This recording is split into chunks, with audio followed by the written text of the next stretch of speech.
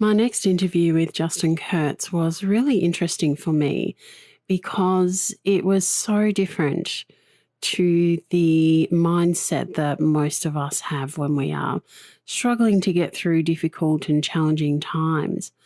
You see, Justin was born with a serious heart defect, and right from when he was a real little tacker, he didn't know if he was going to live out that year.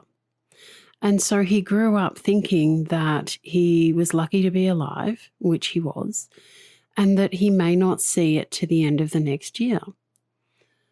To then be told that he'd been given a 20-year life sentence, that really threw him into a spin.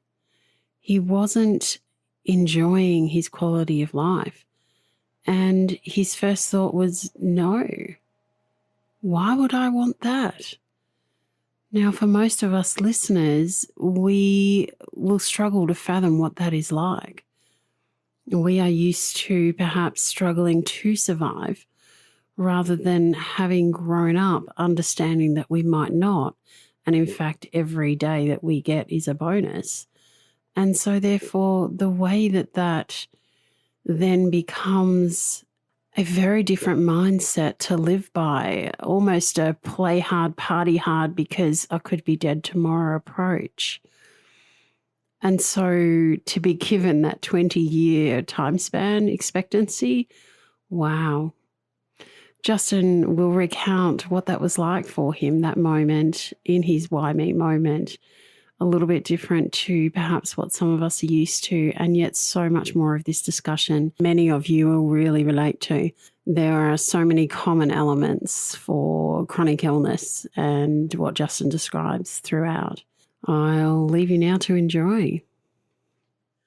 Have you ever had one of those gut-wrenching moments where life ground you to your knees and you found yourself asking in despair, why me? This podcast is all about sharing your stories and journeys, from asking why me to declaring this is why me. Discover how ordinary human beings like you and I have found their extraordinary levels of hope, courage, compassion, and provided a new perspective for greater potential and self-empowerment during their darkest defining moment. As a creative artist and coach myself, my guests and I discuss the interconnectedness of emotion and transformation in those moments, and how their actions then seize the opportunity for discovering their unfiltered and authentic voice, and ultimately their life's purpose. I invite you to join me each week as we share insights into how adversity can be turned into a unique advantage. Today's guest is Justin Kurtz, who welcomes a return of personal accountability. He was dealt an unfavourable hand with a degenerative heart defect, and yet at 27, he was given a 20-year life sentence, which was a significant perspective shift over his living year to year prior to that. Justin decided to reshuffle the deck and choose a different hand to play. He now aims to help others learn his 4 cores of purpose, focus, grit, and accountability along his own way to be 1% better each day than he was yesterday. Welcome to the WhyMe podcast, Justin. Thank you very much, Vera-Lee. It is an honor to be here. Name something that's on your bucket list. So I'm in a very unique position to where it's pretty empty right now. I just finished building my off-grid cabin in the woods. Yes. I just put up and mudded the walls this last week, so it hopefully dried before the rain today enough that it didn't all come down. And so now as I finish it up and wrap it up, I'm cleaning out the bottom of the bucket, as I finish it and get it to where I can actually stay in it. And so I was thinking about this yesterday. I'm at the bottom of my bucket. I gotta get a new bucket, honestly. So, but it's pretty amazing to be where I'm at because I did a lot of stuff. I pulled a lot out of that bucket before I got here. So yeah, that's awesome. It's a good feeling putting things in that you want to achieve and then actually achieving them. I know my bucket list, certainly my bucket is still very full. There's a lot of things in it that I haven't achieved. And so I think it's fantastic that you're working through yours. Yeah, I think travel would probably be the next big one. I would love to come see you, and I've always had a desire to go to Australia other than the 24-hour plane ride. That's the I think I'd rather take a boat and spend a couple of weeks at sea. Yeah, you can read some more books on the way. Right, yeah. Yeah. So just before we do go on, I did see the pictures of the cabin you've been building, and I'm wondering what was the intention behind that? Like, why have you done that? So that is part of the what am I going to do with myself now was I wanted to create something that allowed me to do something that I could actually do because of the health issues and the heart challenges, but more than anything to also prove that if I can do it, even if I don't do as good a job or as well, then surely you as a healthy person or healthy people don't have as many excuses to not be accomplishing what they're accomplishing. So it's my get rid of your excuses place. So, but lots of fun things hopefully will happen with that, but we'll see. Yeah, for sure. Never built anything before, so this is interesting. Wow, interesting. It looks fantastic, I must say. Thank you very much. Yeah, Appreciate you've done an awesome job. Yeah. Well, how about you tell us a little bit about your story? So imagine going through, and you probably have an easy time imagining this, 3 years of medical turmoil, 2 open heart surgeries, tests after test after test. They're running stuff up in your legs. They're knocking you out and running stuff down your throat. They're looking and looking and looking. You're also diagnosed with 2 or 3 other issues that are major and impactful. And you go into your doctor and you feel like you just want to give up. You can't work anymore. You don't know how to function. Breathing is difficult, and you can't get your mind off of how your heart feels and sounds.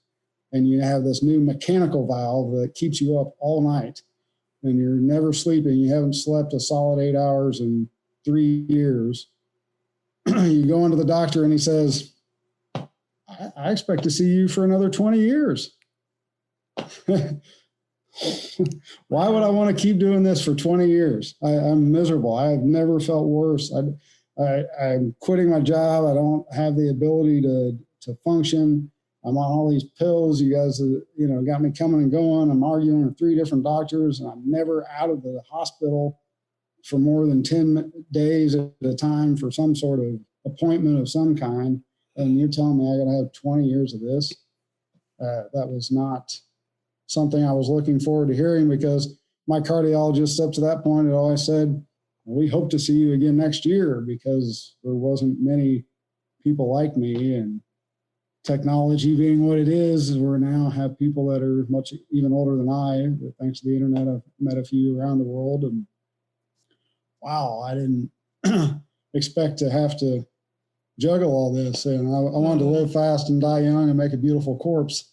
So look, it's a really interesting perspective, because there are a lot of people going through lots of times of adversity, including chronic illness and acute illnesses as well, that are very significantly impacting their life and their quality of life. And this is what I'm hearing from you, that basically you were told you weren't going to have a long life. You weren't going to have anything more than really hoping to make it to the next year.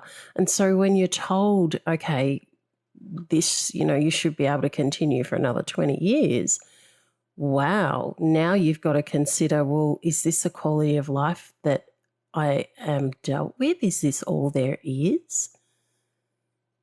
Yeah, I was sitting on the couch and I'm watching, I don't know if you were familiar with the show Maury Povich. No, not here, no. It's an American sitcom where they take women that have had a baby and they don't know who the dad is, and they do DNA tests and paternity tests, and who's the dad, Okay. Surprise, it's not the guy you think it is, Oh, wow. So, and I'm watching this, and I've been sitting around trying to figure out what to do with my life and thinking about all this. And, they're putting in pacemakers, and so now I'm battery operated, and I'm trying to understand all that thing too. And I get all anxious because they go to a commercial and, I want to know who the dad is, And I go into the bathroom and I look in the mirror and I have to do that honest, square look at myself. And is this what you want to do for 20 more years? And the answer was no. So I unplugged the television and I rolled it in the corner. And I didn't own another TV again until, I don't know, probably 5 or 6 years ago. Fantastic. And so I hopped on my motorcycle and I went to the library, and I can read. So if I can do, my dad, love him, was an intense man, and he always told me didn't do shit. So I couldn't sit on the couch and talk about what I can't do. I couldn't walk very well. I had all these things I couldn't do. So I can read. Yep. So that's what I did. And then I read a story about a guy in America who was an explorer and had went out west, got mauled by a grizzly. His team left him with 2 guys to care for him. They said the guy's going to die, took all his gear and left him to die. He stitched himself back up and crawled all the way back to civilization, like 1,000 miles or something away, and to face the guys that did that to him. And I'm like, I had heart surgery, Yeah. I have aspirin, I have, medicine. I can sit on a couch and recover. I can stretch. I can think. I can breathe. I have water. I have food. Nobody's trying to kill me. I have no excuses. And so that's basically what I did. I just started consuming good books instead of just reading fiction. I loved to read fiction when I was a kid. I was a huge Stephen King fan and read all these fiction books, but I'd never really spent the time reading just for the intention of, I want to be better at a task or a better person or learn something because, like everybody else, I went to college, I went to high school, and everybody told me what to learn. And I thought I exploded and I was a genius when I realized the power of, you can direct your own education. You can be in charge of what you think and how you think, and you can be your own programmer. You don't have to be programmed by TV or movies or whatever. That's a power that I don't think people realize they have. So I programmed myself to get better, and I programmed myself to walk. And I started with, if I can make it to the mailbox was always how I knew I was healthy and I could return to work for all the problems before that point. But I had dogs, and, so I walked in, walk a little further, I walk a little more and a little more often. And I walk at my pace.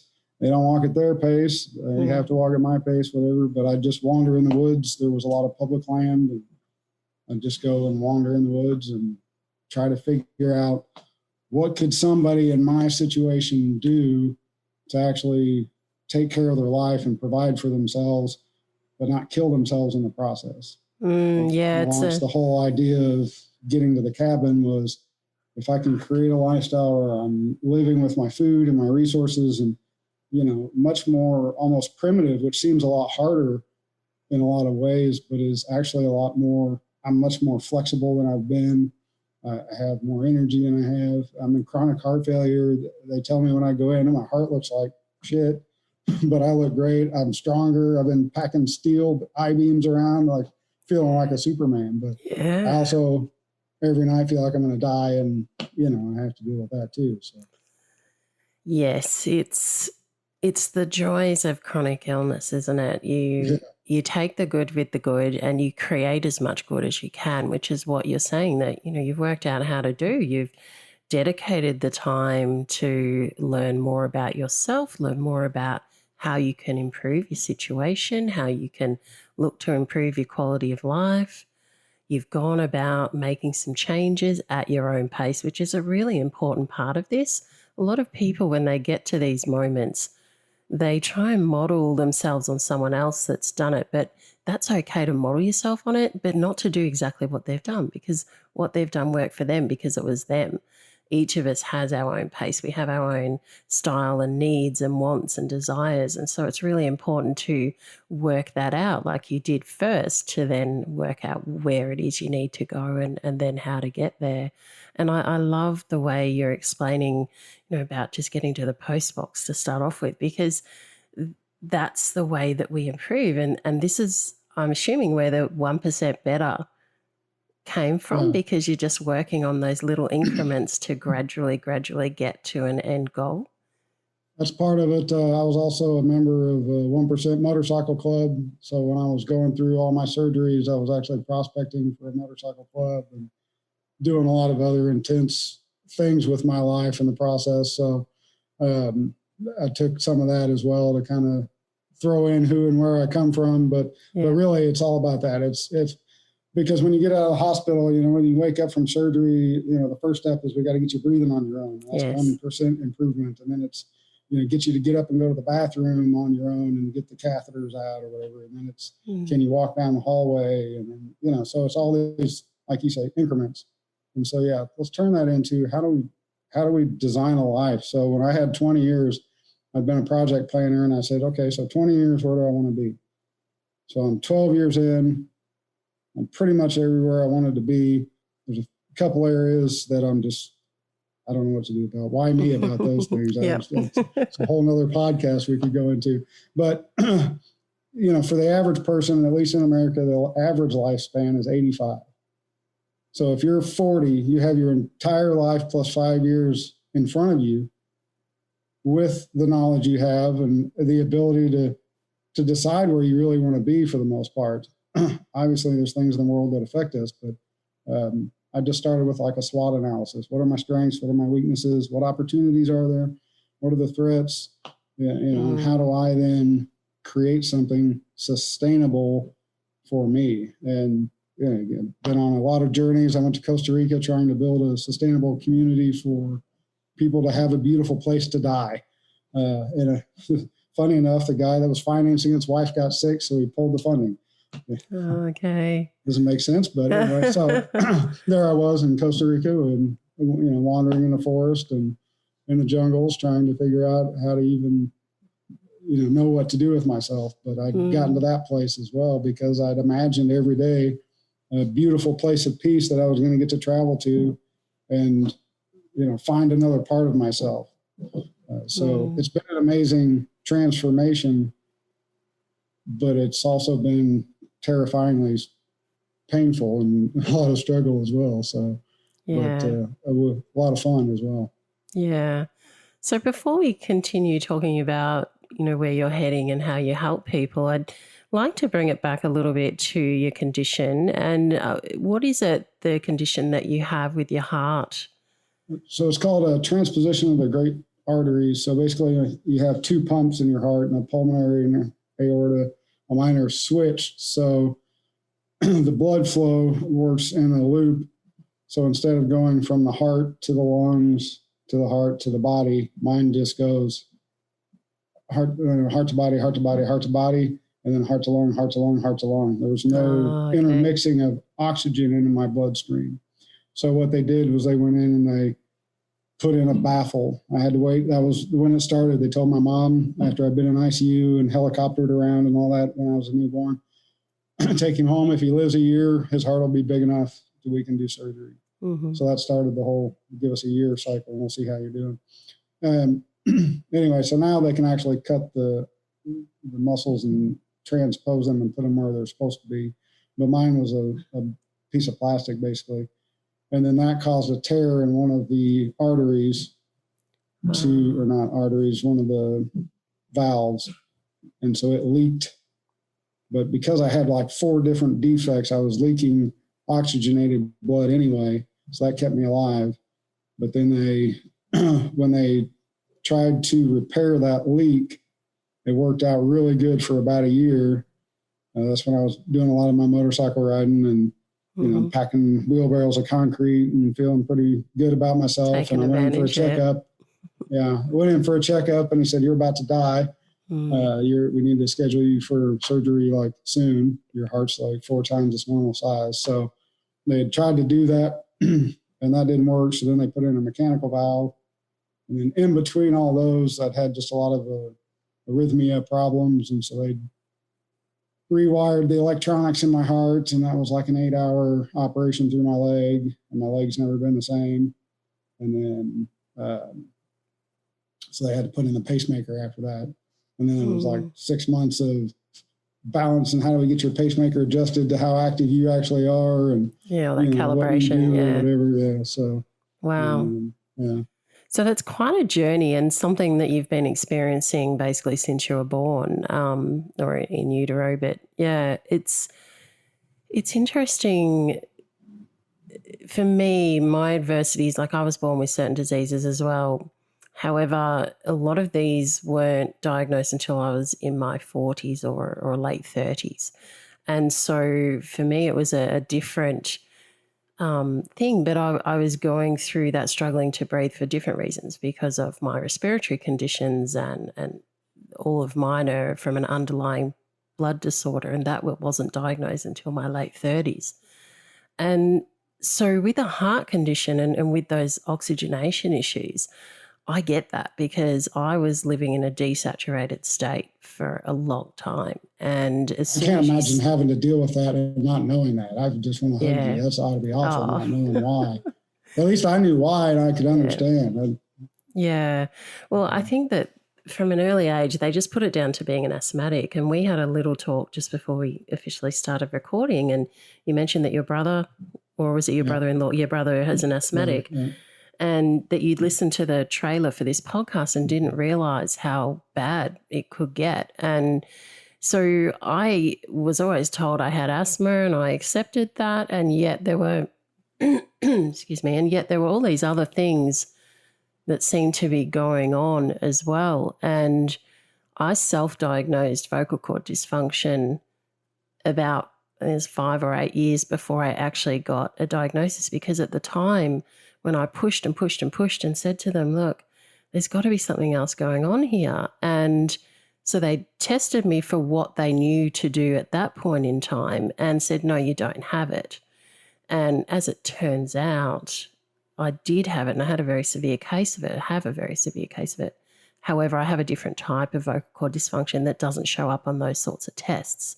And so until the test was developed, which was a real-time CT scan of my airway as I breathed, that showed that it completely collapsed every time I breathed in, that was how they then diagnosed it. And so, I, at about 29 years of age, was told I was going to die by 30 because I had this severe case of what they considered was to be not responsive to conventional treatment. And I just kept saying, well, I'm sorry, but I think that it's something other than asthma. And so, yes, I did have asthma and I was aware of that part of it, but I still never understood until I did get those other diagnoses.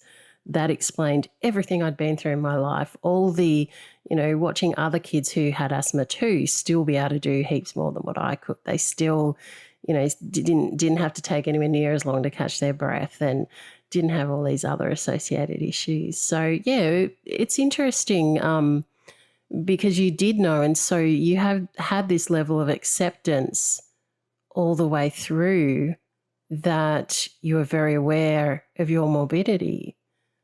And yet for me, that came on a lot later in life. It's been my greatest superpower, I think, honestly, is because I knew I was going to die. Yeah.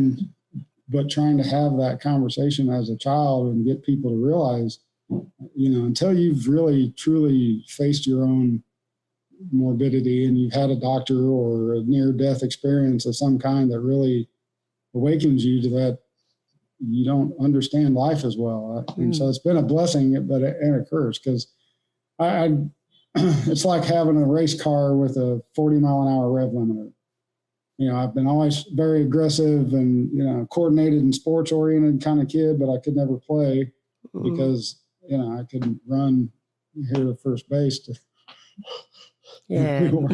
So, and then the other diagnoses, so you mentioned having to figure out yourself. One of the biggest things I've come to realize is we have to become our own doctors and our own healthcare providers, and again, be self-directed and, accountable for that, because they could never explain all my body pain, and they wrote it off to rheumatoid arthritis. And so they put me on painkillers and all this rheumatoid protocols that destroyed my body and my brain and the other things, only to find out that it's food allergies and food sensitivities that I questioned everything like you know, do I really have to take these drugs, or I really have to do these opiates, or I really have to do all this stuff? Yep, that's all there is, you know. And then really all I need to do is change my diet, sleep better, you know, do some, you know, stop drinking Mountain Dew 4 times a day, you know, like taking some personal responsibility did a whole lot for my health too. You know, I talk about, I improved my heart function. I improved my heart function by, I just stopped drinking soda, and I lost 10 pounds because I was just consuming so much sugar, and my heart function improved because, oh, there's 10 pounds of unneeded sugar you were packing around all day, every day. So, you know, those little increments of self-care, especially in a chronic health situation, are huge. I became a massage therapist because, you know, they're gutted me like a deer several times, but nobody ever thought about what we're doing to your spine. And so I've got all this pain and body pain, and there's also arthritis. Well, no, you guys ripped me apart and never helped stitch me back together. You never helped me realign my back. So I finally found a hugely sympathetic chiropractor in Texas, Epic Healthcare in Texas, anybody's there. And he took pity on me and donated his services to me to help put me back together, because only doctor I've ever been to that realized you're in horrible pain every day, and you're just going on it like nothing's going on, and you're going that life. And so I'm going to take some of my ability to help you. And so anyway, that helped immensely. I mean, I got a good adjustment, and it was like the angels opened up and sang, because my body was like, oh, we're communicating with each other again. You know, the neurons are firing properly a little bit. And so I went, you know, from 75% subluxation in my spine to being able to squat and bend and flex and do things. And so I became a massage therapist, because a chiropractor's license is $100,000. Massage therapist license was like $5,000. Right. So, and a massage therapist was able to do a lot of stuff that the chiropractor couldn't do. So it was like the next level, because a lot of it was just from riding motorcycles and bad posture and things that weren't because of surgery or weren't because of my health, or it was just bad choices that, again, I was able to do something about and then help educate other people. And then Corona, you know how it goes. So, you know, it's kind of a challenge to go and rub people down for an hour in a closed room. In this scenario, as we all try to figure out what life is like now. Yeah, exactly. Well, I know that I found my therapy, which is another form of massage and just deep tissue. And I found that was extremely helpful with a lot of my pain, because as someone with ongoing, as someone with ongoing respiratory issues, your intercostal muscles and all of your core muscles get really, really tired. And so they're constantly in fatigue, because you're constantly working so hard to do what everyone else just does naturally. And I use everyone else as a global term, because obviously there's a lot of us that are going through lots of different issues with breathing, but the majority of people don't even think about it. And I often used to explain to people, look, you know, I'm literally running around the block constantly every single minute of every single day. That's the amount of effort sometimes that it takes to get the air in and then get the air out. And for me, breathing is not one thing. It's 2 parts. It's the in and then the out, you know. So, and for a lot of times it was a very conscious choice that I had to make to force each breath in and each breath out. And so, you know, with every single time I was making that choice, I was choosing to keep myself living, and that was a fight. And so your muscles in your body get really exhausted. And so I had a lot of chest pain and things like that. And quite often when I'd end up in hospital after these really bad attacks, they would check me and think that I was having a heart attack, because the pains were so intense. And it was really just muscular spasms from being so exhausted. So, yeah, I found some great myotherapists, and that certainly helped a lot in that aspect. And like chronic illness, when you're living in chronic pain, if nobody seems to have an answer, you just try and think outside the box and find creative ways to try and deal with it yourself. And so it's great when you can find something that works, and then you just want to be involved and tell everyone else about it, don't you? Right. It's funny, because I actually do musculoskeletal alignment. So it's funny you mentioned that as your therapy solution. But Yeah, like I walked for years. I built this chopper and I was kickstarting it and it kicked my hip out of socket. And that was one of the things the chiropractor was like, I can't do anything about that. So for at least 6 years, if not more, I walked hundreds of miles on all my rebuilding myself, all the walking really started with, and that hip was out of socket the whole time and just grinding this. So pain of every step. And like you said, you just have to make that conscious decision that I'm going to take that step forward anyway. I'm going to take that breath. Yep. Having struggles breathing, I can't. That's the scariest thing in the world, is to not be able to breathe. So, deep sympathies for what you have to deal with. Well, for anybody really, and I'm doing a lot better now. When I'm in the throes of it, I can't even talk. I don't even have enough breath to talk, and I do a lot better now. Thankfully, when they did diagnose the blood disorder, I was involved in a lot of clinical trials, and there are drugs now that can help that condition. So I'm not at the level anywhere near normal still. I'm still way off the charts with my readings. But what it has done is it's probably reduced it about 70% from what it was, because I was so out there, which explained why I was so sick. So it's helping me to manage. And like you've done, it's implementing. I went from 3 steps to collapsing to being able to walk at my own pace all day long, with some rests in between. And it's those working up. And it really is so much about confronting what your fears are in life and then choosing whether you're going to follow down a path that is going to lift you up and support you, or one that is not. And that is a definite choice that you get to. And for me, a number of times in life. And it really is about deciding what's important to you.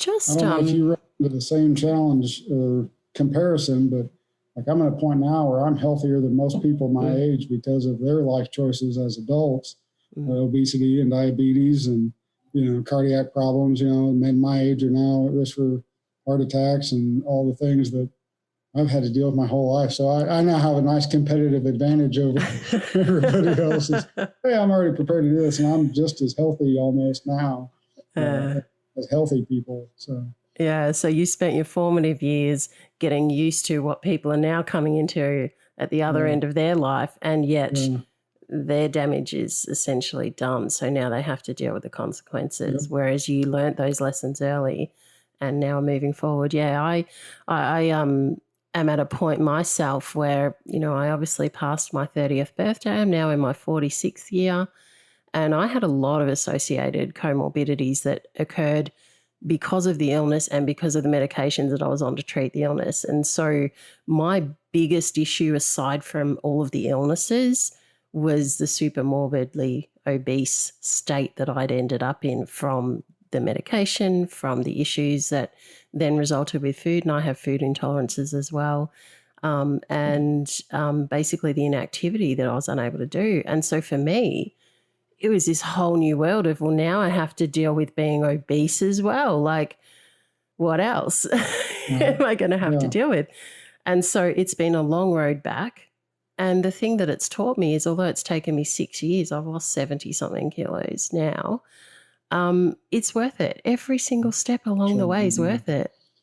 Yeah. So I'm trying to do the conversion there. Yeah. It's pretty impressive. So. Kilos for pounds. Yeah, I'm not sure what the conversion is, but it's a lot. It's a lot. And I've got a lot more to go, and that's okay, because what I recognized, and I think you relate to this, what I recognized is that when you go through this level of illness, and you go through these moments where you say, do I want this as my quality of life, or is there a possibility I have something else to work towards? Is there any little tiny little glimmer of hope? Because that tiny glimmer is what I'm going to grab onto. And when you do grab onto that, and when you start working towards more of that hope and momentum and the motivation to keep going, it then exponentially expands what is possible within your realm. And then all of a sudden you realize, oh gosh, look back to 2 years ago. How far have I come? this is amazing. Like, I would never have thought this was possible back then. And yet now, not only am I doing what I didn't think was possible, I'm going towards that next possible level, which is so empowering. Yeah, I set the biggest, hairiest, most ridiculous goal I possibly could, that I wanted to build a spaceship and fly into outer space. Wow. And I created a visual plan of how to do that from where I was at, miserable, and every step that I did to improve myself. Like, I would take a podcast like this and I would write a future story about how this podcast inspired people, and we did this and went on to do this and it gave my brain something to hold on to and to work for that tricked it into believing it. And so I completely just fooled myself into being a healthy person, and it doesn't realize it is not, which again can be challenging. I've always said that the scar has split me into two people. But yeah, it's our, whether we're healthy or we're not healthy, we always have reasons for life to not seem good. And I just wanted to encourage people to learn to live the simple art of being alive. Like, there's, especially in an industrial world like ours, it's so easy to just be alive. Yeah. You know, I'm blessed. I live in a nation that will take care of me because I have a disability.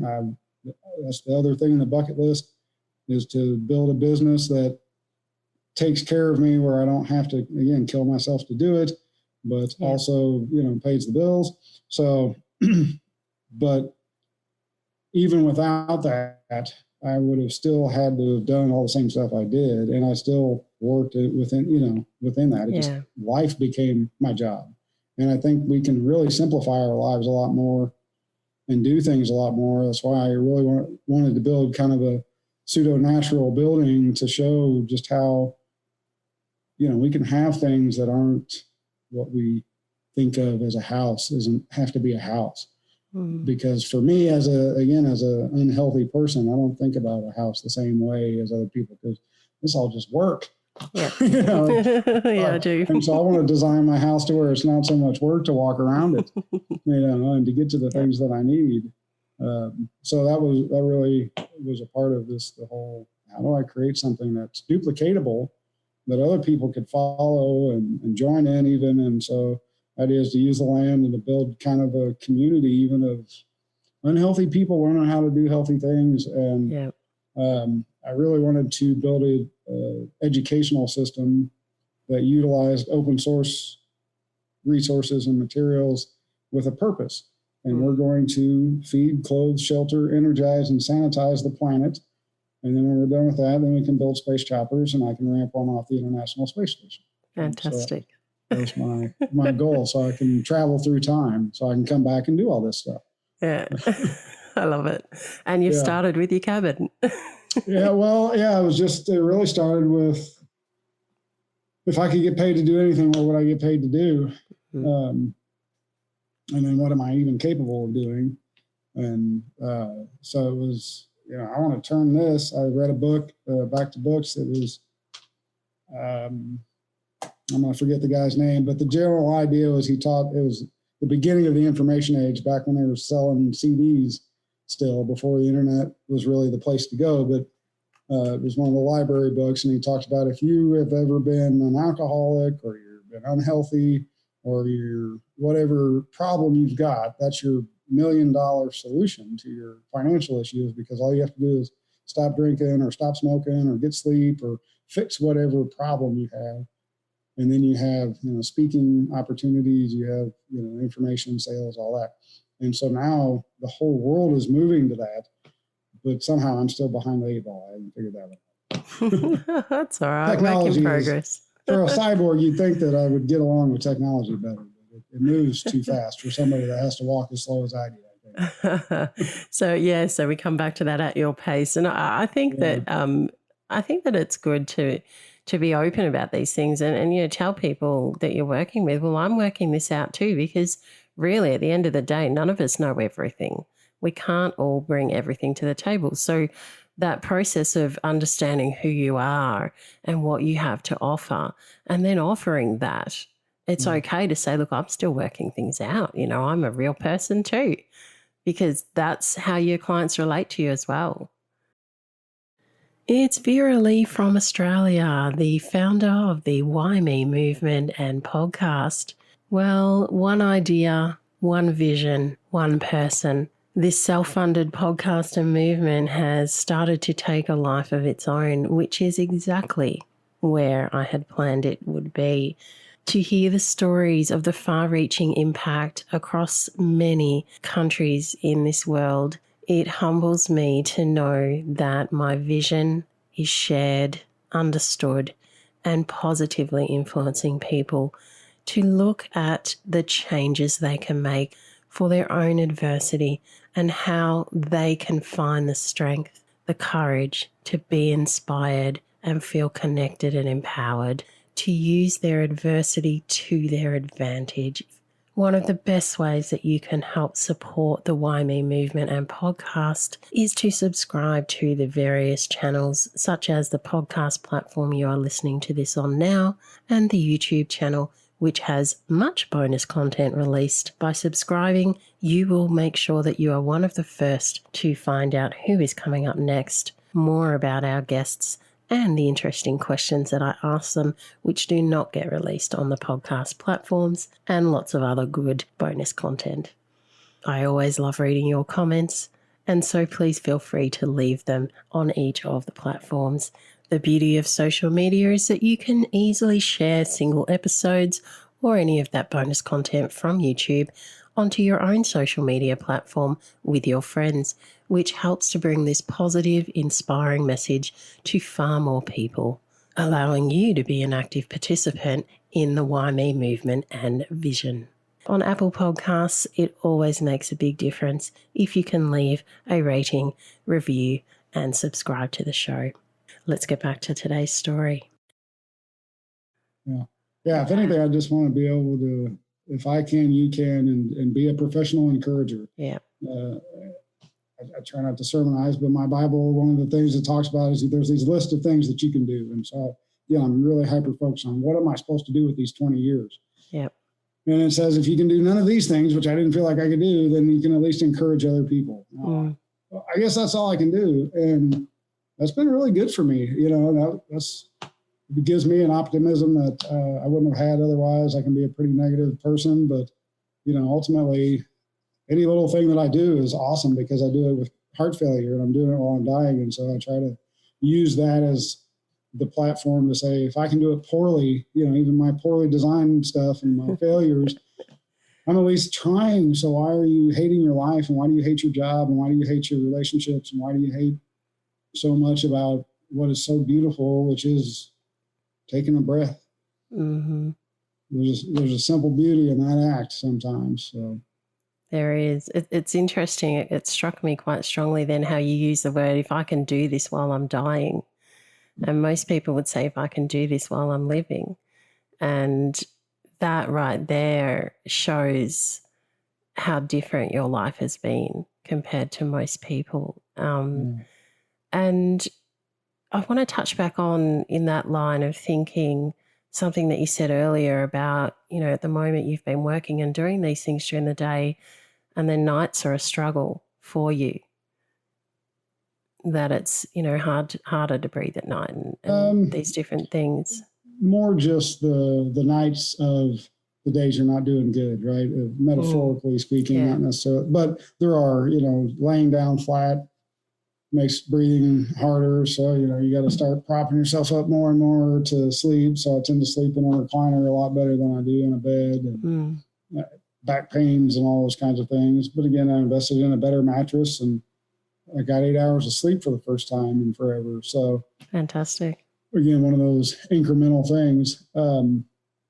But yeah, even now I'm having to, catch my breath a little more. And my heart's racing today for whatever reason.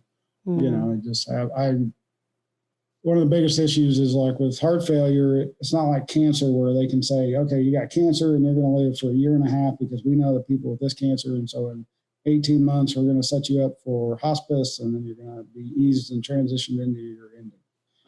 Heart failure is you could be great today and horrible tomorrow. I can be awesome in the morning and taking a nap by noon. So it's really just the up and down cycle of it, because you never know. And then again, with the physical stuff on top of that, you eat the wrong thing and your body flares up, or weather changes and your inflammation goes crazy, or you didn't stretch, or you didn't exercise enough, because that becomes the other fun balancing act is, hey, now that I can do this, but if I stop doing it, I fall way back. Yes. And so then I got to get that momentum going again. So, they shut down. I'm finally getting to where I can swim a full lap in the pool. Fantastic. And then they shut the pools down. And so we adapt. I went out and chopped wood for no reason. I had a bunch of wood in the backyard, and I bought an axe and I beat wood because I had to do something.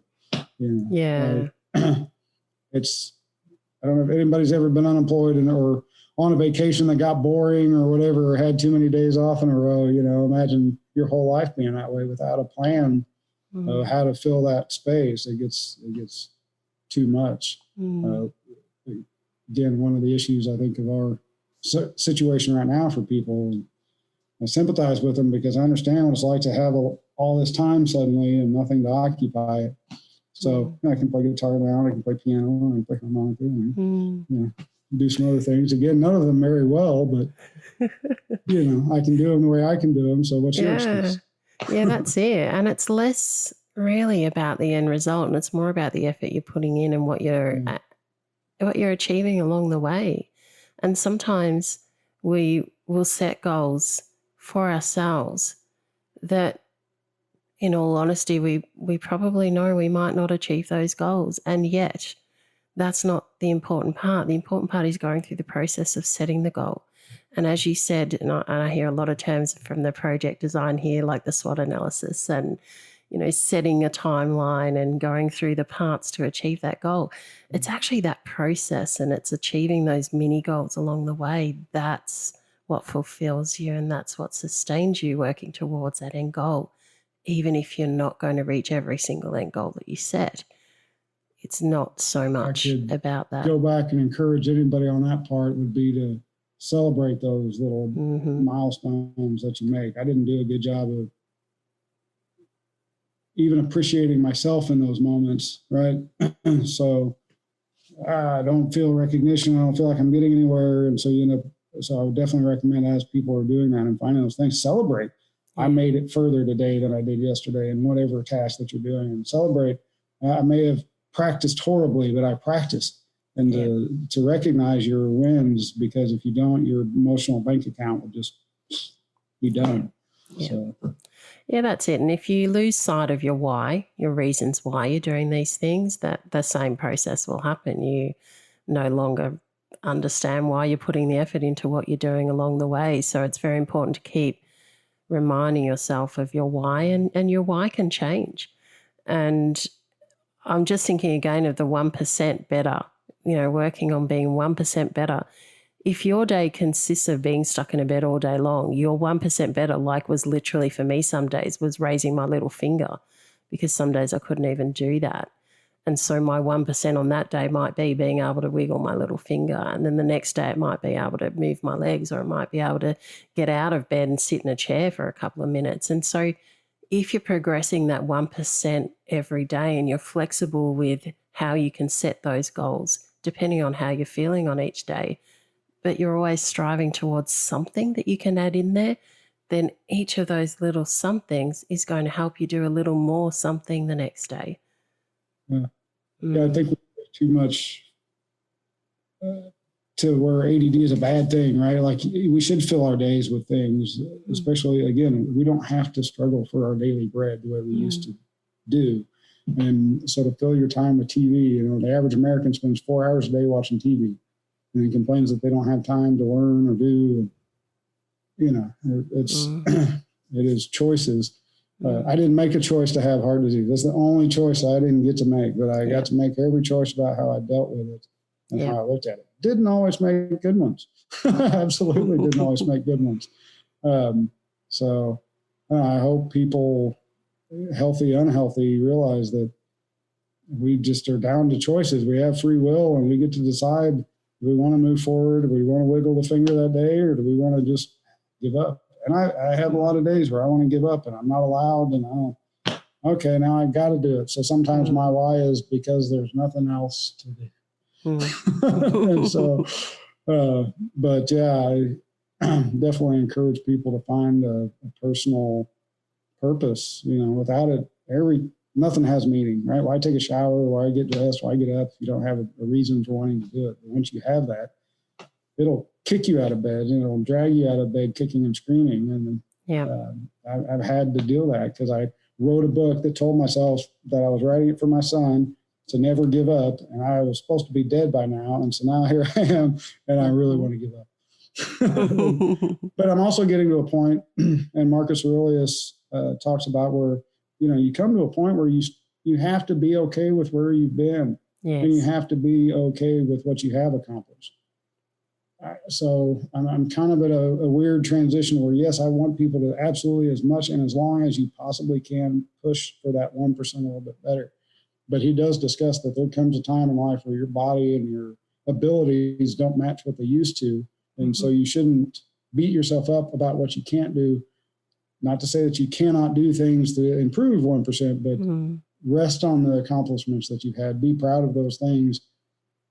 And don't feel such demand that you have to continually, you know, do more. It's one challenge of our societal demands is, you know, we demand better, more improvements all the time. There has to be a point where we're okay with where we're at, where we're just, this is enough.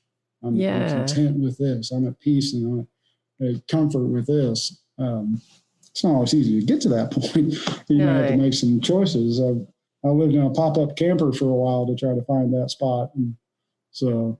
Yeah, again, it comes back to understanding who you are and what you want out of your life. And when you get to the point where you do fully accept everything that's got you to where you are at this point in time, and that includes all the decisions, and we all have them, that we either regret or think, well, I could have done that a lot better, would have been a very different life if I hadn't have made that choice. But the point is, it's okay to remember all of those things because they're part of our experience. They're part of our learning curve that we all go through in this life. When you get to the point where you can accept that and not beat yourself up about it and simply be with who you are, then that allows you to truly, honestly work out what you want out of life. And in my experience, and in my experience talking to many people, is that, and at different stages in their lives, is that the older you get, the more simpler your wants are and become. My grandmother's 85, and she decided she wanted to sell her house, and so she got it sold, was building her next house because it's just something she wanted to do at 85, was build another house. Almost got it done and decided to sell it to somebody else. So now she's continuing to live in this old 100-plus-year-old derelict building almost, with all her stuff in boxes around her. She's got like a hot plate, put herself in this horribly uncomfortable position at 85 because she still just wants to do stuff, and she still wants to build the house she really wants. And so she's waiting to get that accomplished. And, you know, we can make decisions and adapt to pretty much anything. My alter ego is Conrad von Supertramp, and I picked that because the definition that I'd found was a supertramp is like the invasive species, right? So it's an ecological entity that just adapts really fast. So, you know, when the rabbit came there, you know, just boom, there's no natural predators, it explodes, it does really well.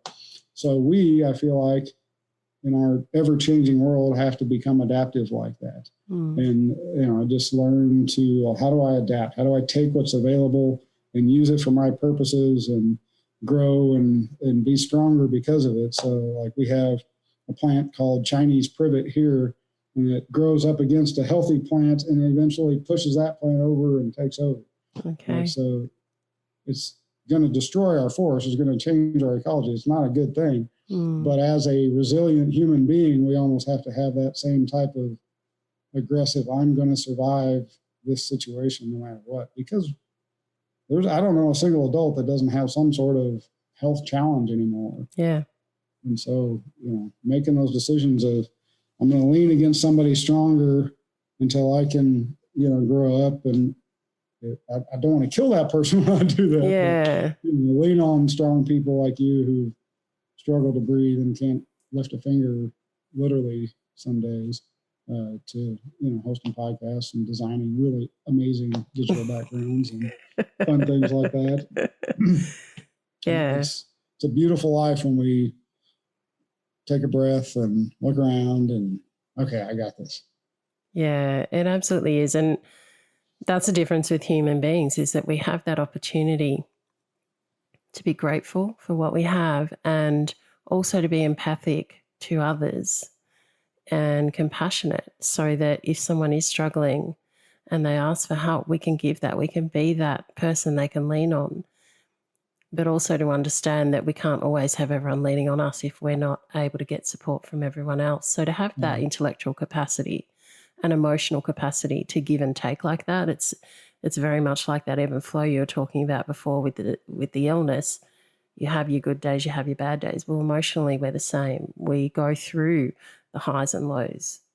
And that's where community is so important, to have people that we really can know and trust that they will be there when we need them for that important stuff that we just struggle to do on our own, and that we all have that. And this is why so many people, excuse me, this is why so many people will consume books and podcasts and professional and personal development courses and get mentors and coaches, even if they are one themselves. Because, in fact, the more you journey into learning about personal development and how important having those people in your life is to help guide you, and if you're one that helps guide other people, you still know the importance of having someone help guide you. So it's always about the people that you surround yourself with and those connections you have, and the ability to know it's okay to ask for help, because we're all human and we all have times that we need it. And to also know and accept that it's okay for other people to ask us for help and to be able to provide that. I think both of our nations are, rugged individualist type nations, and it is very difficult to break that. And I don't know if you have the same issue there, but for me, it's been hard to make friends once I got on my journey. As long as I wasn't on a journey and I wasn't on a purpose-filled mission, it was easy. But once I did that, it was actually harder to find community and support, because, you're trying to figure out how to draw them within your sphere. And if they don't, fit where you're going, you're moving on along. Plus I'm a nomad. I love to travel. We've moved 15 times in the last 10 years. So, most people say that that's the most stressful thing since, next to losing a loved one. I've been to a lot of funerals in that few years as well. So my whole inner circle, right after they told me I'm going to live 20 years, every guy but one that was at my wedding died within 6 months. So I got married, you're going to live 20 years, lost my job, or the feeling like I could do my job anyway. And then all my friends, and it's like, oh, okay. So I've struggled with the community part. So I'm very encouraging of people to find that and figure out a way to not sever your support team, because it's mind-numbingly difficult when you're overcoming health issues or overcoming any issues and doing anything to improve without somebody there that says, hey, I'm sorry you failed today too, but I know you're going to do better tomorrow because I know you. Yeah. You got to learn to say that to yourself. And so that's a part of, I guess, the sustainability aspect of things. Man, when there's nobody else around, you're going to have to lift yourself up, and you've got to lift, yourself out of the dark, because there's a house full of people, but at the end of the day, my best friend that married my wife and I died alone. At some point, you're going to be alone and having to do that. So.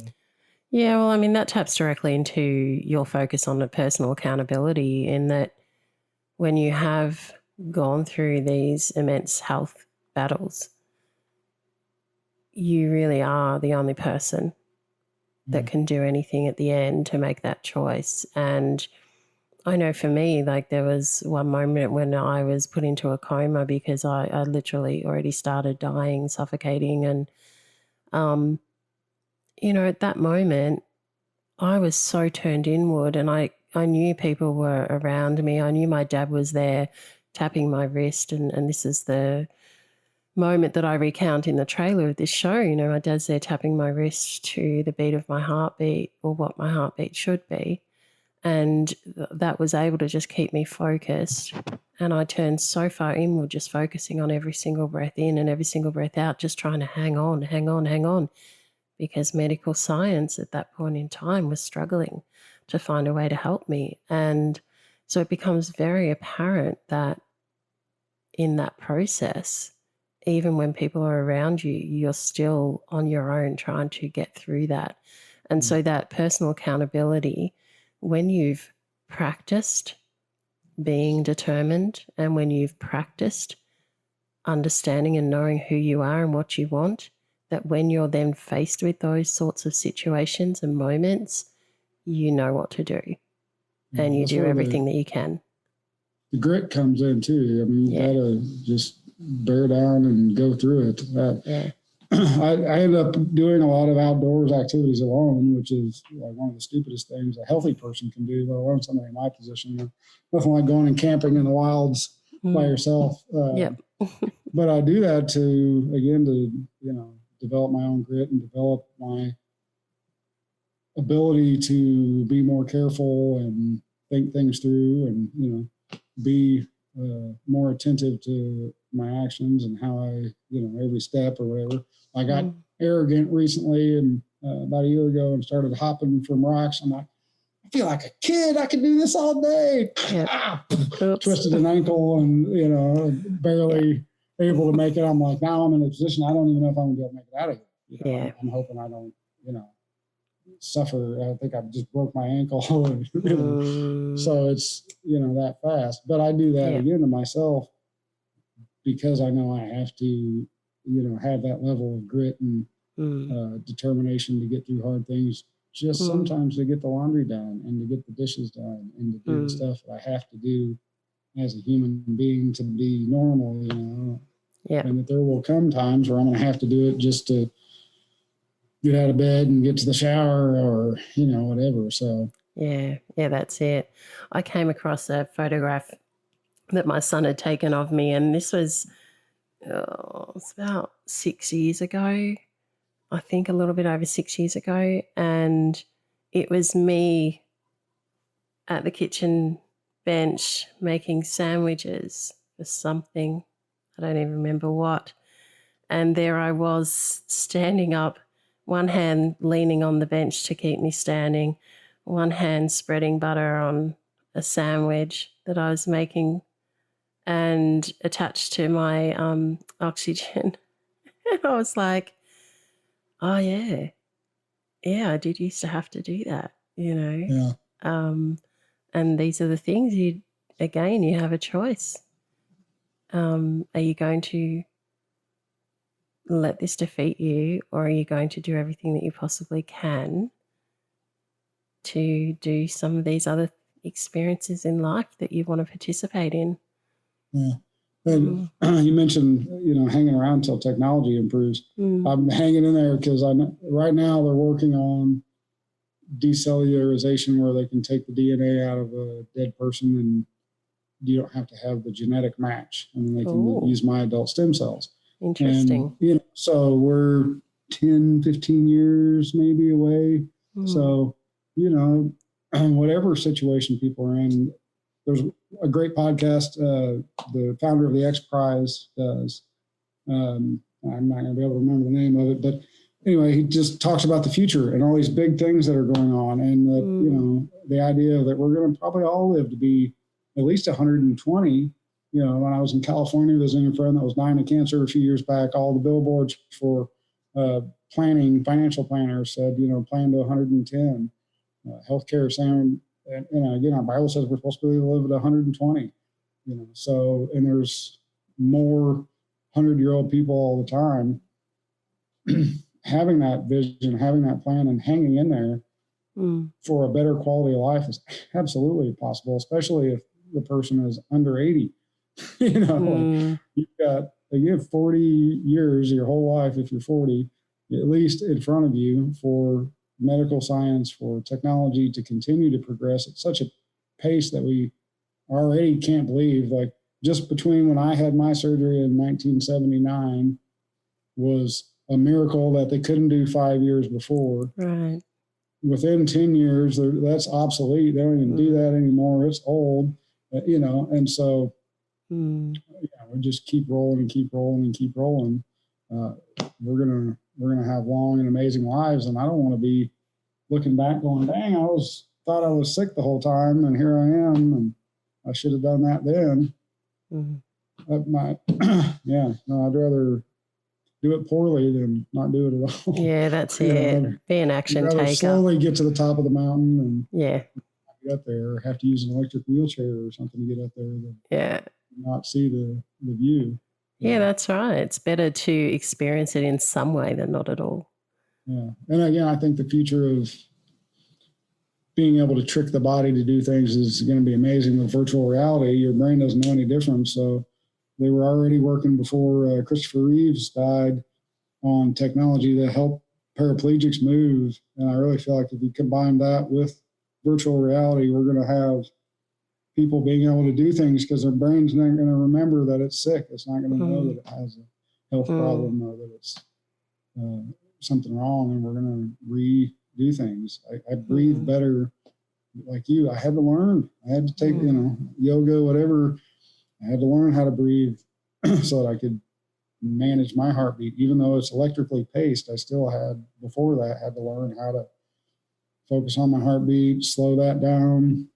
What do you mean? You can slow your heartbeat down?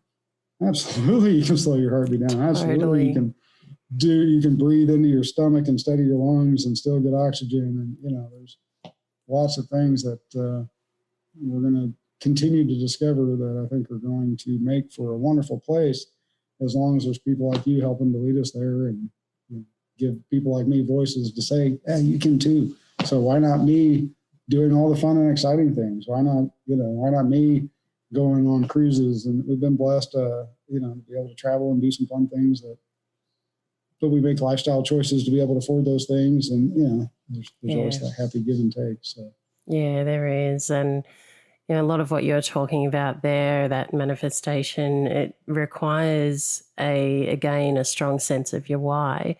And when you find your why, you work out your how and what it is. Then it requires that focused visualization to tell yourself that you can do it, because after you've done everything else, you've still got to put it into action. You've still got to physically do it. And, the breathing and the heart rate is a very good thing for people to do, to say, okay, what if I just sat here and I started to slow and deepen my breath and actually, checked my heart rate on my wrist, and do that for a couple of minutes and notice. Or if you've got an Apple Watch or something else that's actually measuring your heart rate, actually watch it. It will go down. And that is a very easy exercise that most people can do, illnesses or not. You can still influence that breathing rate. You can still influence that calming opportunity for your nervous system and your body and see instant results. And so if that is possible, we're talking about systems in our body that work autonomously. We're not controlling those mentally, and yet by controlling aspects of it, we do affect that change. And so it really is about understanding the power we do have. And you know how easy it is to control your breathing, to turn it into a conscious thought. Most people don't do it because they've never had to. But when you do, again, you learn things about it. One of my least favorite, but also kind of most interesting experiments they ever did with me was they would inject me with some sort of liquid that they could see how everything went through the bloodstream, right? Yeah. And it's really hot though when they do it. Yeah, it's awful, that dye. I've had that. Yeah.